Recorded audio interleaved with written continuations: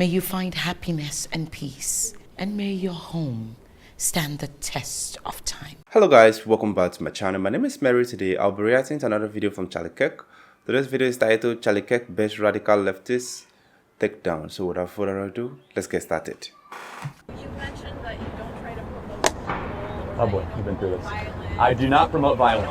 Misery upon anyone, but you take an ICE hat. Let's talk about ICE. Let's talk, sure. Yeah. What about ICE don't you like? A violent organization. Not right? violent. Yes, they're violent. How? I'll tell you why I like ICE. They're the #1 agency that goes after child sex traffickers. #1. They arrest tens of thousands of child sex traffickers every single year. They also go after MS-13. They also go after terrorists that are here in the country domestically. ICE was formed after 9/11 to go after international threats that are here domestically. That's why they're called Immigration, Customs, and Enforcement. They get such a bad rap, and you actually meet with the agents, and you see what they do every single day. It's pretty extraordinary work. Now, they do go after people that have visa overstays. It has nothing to do with race. An illegal immigrant is not a race. Most of the visa overstays are people from Hungary or from Indonesia or from Japan. If you are here illegally, you should not be here despite your race. The immigration debate is demagogued by politicians by being a racial issue. It has nothing to do with race and everything to do with the rule of law. You talked, Charlie, I think it was you that talked a bit about like the Mueller investigation. Yeah. I know you said it was like a waste of time, that kind of thing. I don't know, what makes you think it was a waste of time? Because it was about 30 indictments, a couple convictions. What specifically about it was a waste of time to you? Okay, You know, criminals were exposed. No heckling, no By a court determined that criminals were exposed. So, do you know what was the basis of the original Russia intelligence investigation in the FBI? Right, so from what I understand, my understanding was that the investigation was opened up to basically understand all the different ways that the Russian Federation has colluded What was with the US piece of elections. intelligence that began the surveillance or the spying, whatever you want to call it, of the Trump campaign? No idea. Okay, but, so yeah. it was a dossier Right. that was funded by the Democrat National Committee and the Hillary Clinton campaign, constructed by an opposition research firm called Fusion GPS.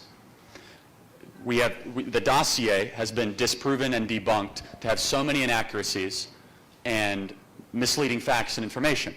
So that was put in front of a FISA judge. For those of you that don't know what a FISA judge is, that is giving permission for the United States government to surveil its own citizens. Now, there were 3 members of the Trump campaign that were former individuals at highest level of national security: Chris Christie, Rudy Giuliani, and Lieutenant General Michael Flynn. If the FBI was actually worried about Russia interference, they could have approached Chris Christie, who was a U.S. attorney, Mayor Giuliani, who was a former U.S. attorney, or Lieutenant General Michael Flynn, who held the highest level of security clearance at the highest level of the military, saying, hey, we're worried about Russia interference in your election, we're worried about this Manafort guy. They never did that. Instead, they illegally surveilled and spied on the Trump campaign. So fast forward to April or May, where the actual Mueller investigation began. Andrew McCabe said it himself that his own internal workings towards getting eventual triggering of the Mueller investigation was based on the phony intelligence of Fusion GPS and based on this investigation. But you said 30 indictments. Let's break this down. Who is indicted? Paul Manafort is going to prison, not for Russia interference, my friend. For tax fraud, yeah. Right, tax fraud, wire fraud, and unregistered foreign lobbying for Ukraine, not even for Russia. That's kind of Ukraine and Russia there. There's a little bit of a... War? Well, there's a war. The war, yes, but like, keep in mind, yeah. I mean, saying that it's not as a fair point, I think it's not to say that there isn't a connection. I can see where you're coming from there. Yeah, I understand.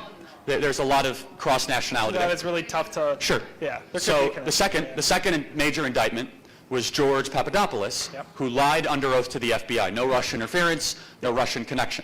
Okay. Also, the third, which is the most famous, is Lieutenant General Michael Flynn, who, again, is indicted for a process crime and was indicted not for Russian collusion, but for not filling out his paperwork properly for the incoming president to become National Security Council advisor for unregistered foreign lobbying for the Turkish government.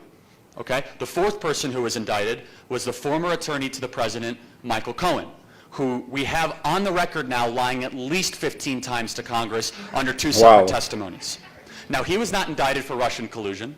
He was not indicted for interference. He was indicted for taxi medallion fraud, tax fraud, and wire fraud. Now, those are the 4 Americans so far. There might be more. There probably won't be. Actually, the 5th. I'm sorry. There was a 5th. Obama's White House counsel was just recently indicted. Yeah, that's true, yeah. I'm sorry. In the last week, Yep. for unregistered foreign lobbying, taking a $4 million wire transfer that was laundered through Cyprus for, again, with Paul Manafort essentially being the lawyer on file. His criminal trial is still pending. He has pleaded innocent. Those are the 5 major Americans. Now, you said 30 indictments. The rest of them are foreign Russian citizens that we could indict the entire country of Russia for essentially colluding against America, because every day the whole country is registered as a foreign adversary. So we just picked 25 people that were running Russian troll farms. Now, the 5 things that I told you could have been done with just telling the Department of Justice to do their job.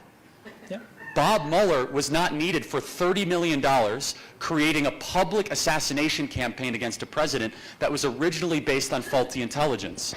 And so, I think you and I can agree that doing that for 2 years and exacerbating this Russian narrative, where Congressman Adam Schiff, chairman of the House Intelligence Committee, now said there has yet to be released evidence that is material of Russian collusion against the Trump campaign. We're still waiting for what that is. There are 1,800 articles amongst the 4 major newspapers in America: USA Today, the Washington Post, the LA Times, and the New York Times. 1,800 articles alluding or directly connecting Donald Trump and the Trump campaign to committing treason with a foreign adversary.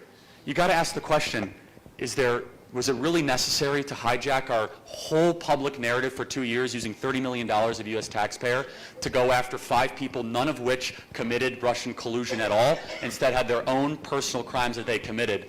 I believe it was a public assassination campaign that we paid for, that now Donald Trump has rose up against and has triumphed over. I love this. You see, if you guys have investigated and discovered that, yes, all those people are not involved with Trump campaign, they are not involved in Russia, you see, they are involved in their own personal crime, then I think there is no point wasting any more money.